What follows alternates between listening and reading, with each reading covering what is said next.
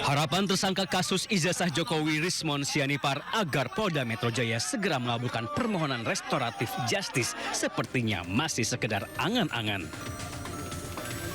Setelah diajukan 11 Maret lalu hingga saat ini Polda Metro Jaya belum juga mengabulkannya. Kabid Humas Polda Metro Jaya Kombes Budi Hermanto menyebut permohonan restoratif justice Rismon masih dalam proses.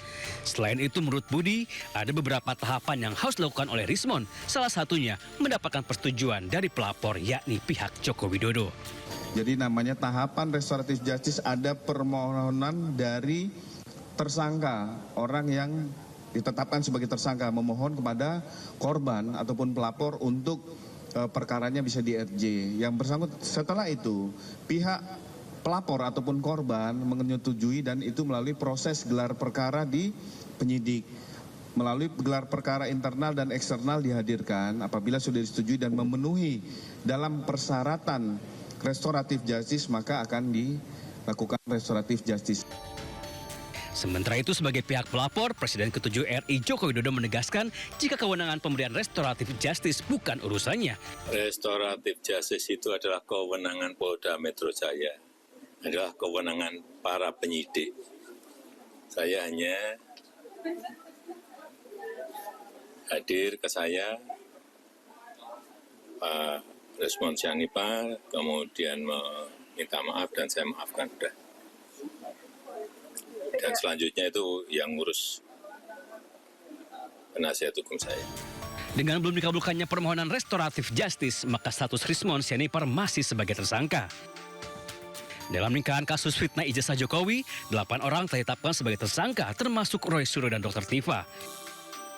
Sementara berkat restoratif justice, status tersangka Egy Sujana dan Damai Hari Lubis sudah dicabut. Tim Liputan iNews melaporkan. Presiden ke-7 Joko Widodo merespon pernyataan Yusuf Kala yang menyarankan untuk menunjukkan ijazah. Ya, Jokowi menyerahkan hal itu pada proses hukum yang sedang berjalan.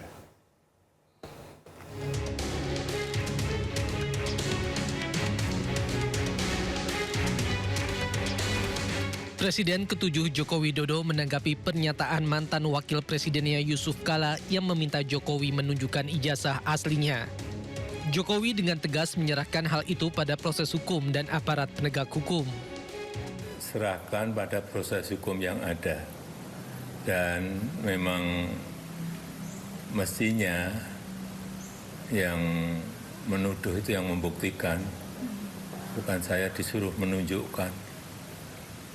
Nanti semua orang bisa menuduh dan suruh menunjukkan buktinya yang dituduh. Sebelumnya Yusuf Kala menilai tuduhan ijazah palsu milik Jokowi adalah persoalan yang sederhana. Menurut JK, hal itu akan selesai jika Jokowi menunjukkan ijazah asli miliknya kepada publik. Ya sebenarnya kasus ini kan sudah 2 tahun, 3 tahun itu. Meresahkan masyarakat, merugikan waktu, merugikan Pak Jokowi, merugikan semua. Puluhan miliar uang habis untuk apakah itu pengacara, apakah itu seperti saya ini tanpa waktu saya hilang, dilibatkan tanpa libatkan. Sebenarnya sederhana persoalannya, karena saya Pak Jokowi yakin bahwa punya ijazah asli. Ya, sebenarnya untuk kita stoplah nih perkara dengan cara tinggal Pak Jokowi memperlihatkan ijazahnya kan. Kasus fitnah ijazah palsu Jokowi belakangan menyeret nama Yusuf Kala. Hal itu terjadi usai video viral yang diduga hasil editing artificial intelligence pernyataan Rismon Sianipar yang menyebut Yusuf Kala memberikan uang 5 miliar rupiah pada Roy Suryo CS. Hal itu dibantah Yusuf Kala dan ia telah melaporkan Rismon ke Polda Metro Jaya. Indonesia melaju ke final ASEAN Futsal Championship usai mengalahkan Vietnam dengan skor 3-2. Selengkapnya sesaat lagi pemirsa, tetaplah bersama kami.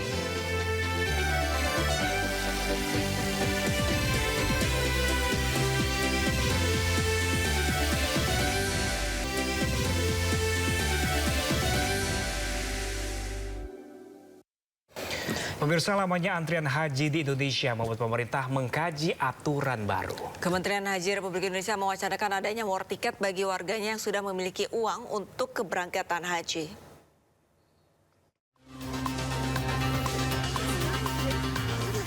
Haji merupakan rukun Islam kelima yang sangat diimpikan setiap muslimin dan muslimah. Namun, lamanya antrean haji yang bisa mencapai 26 tahun membuat warga kesulitan beribadah di saat tubuhnya masih prima. Menanggapi antrean panjang jemaah haji, pemerintah melontarkan pernyataan akan mengkaji kebijakan baru, yaitu skema war ticket. Kebijakan ini ditujukan bagi masyarakat yang telah memiliki kesiapan dana dan ingin mendapatkan kesempatan berangkat haji lebih cepat di tahun yang sama. Jadi kita dikasih kuota oleh Saudi Arabia 200.000. Nah kemudian itu kita tetapkan harganya berapa. Kemudian nanti nggak perlu ngantri. Jadi masing-masing langsung pesan siapa yang dapat itu yang berangkat. Kita sedang memikirkan pola itu. Namun tentu juga kita harus pastikan yang selama ini sudah ngantri. Kan ada yang ngantri sekarang mulai haji itu 5,7 juta orang. Nah, bagaimana perlindungan terhadap mereka? Jadi ini wacana ini sedang kita godok agar keinginan dan perintah Presiden supaya haji tidak ngantri itu bisa kita wujudkan. Diharapkan kebijakan ini dapat menjadi solusi atas panjangnya antrean haji di Indonesia tanpa mengurangi prinsip keadilan bagi seluruh calon jemaah. Tim Liputan iNews melaporkan.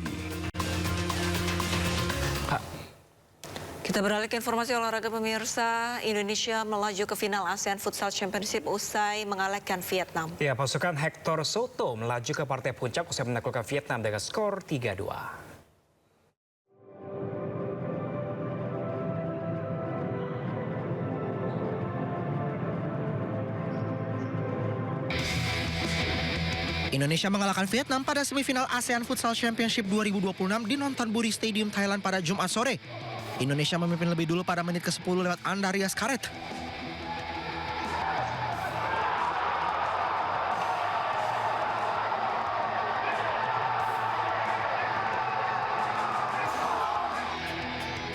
Karet kemudian mencetak gol keduanya menjelang jeda sekaligus menggandakan keunggulan skuad Garuda.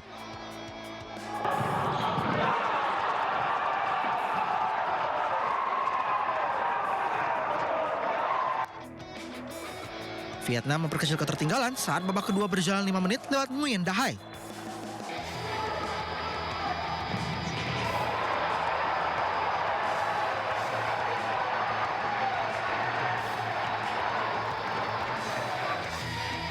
Satu menit berselang, pasukan Hector Soto menambah keunggulan lagi lewat Muhammad Sanjaya.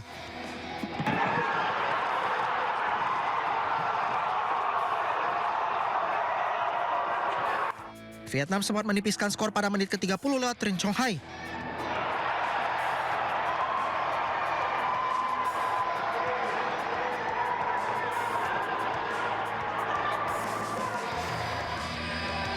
Namun hingga akhir laga Indonesia unggul 3-2 atas Vietnam.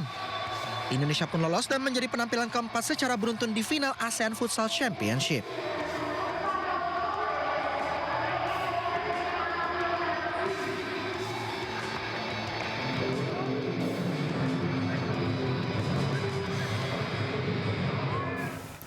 Pemirsa, usai sudah Sindo Today hari ini, jangan lupa Anda bisa mendapatkan informasi terkini dan terbaru di kanal YouTube Sindo News dan atau melalui portal yang menghadirkan berita daerah, berita nasional dan berita internasional di sindonews.com.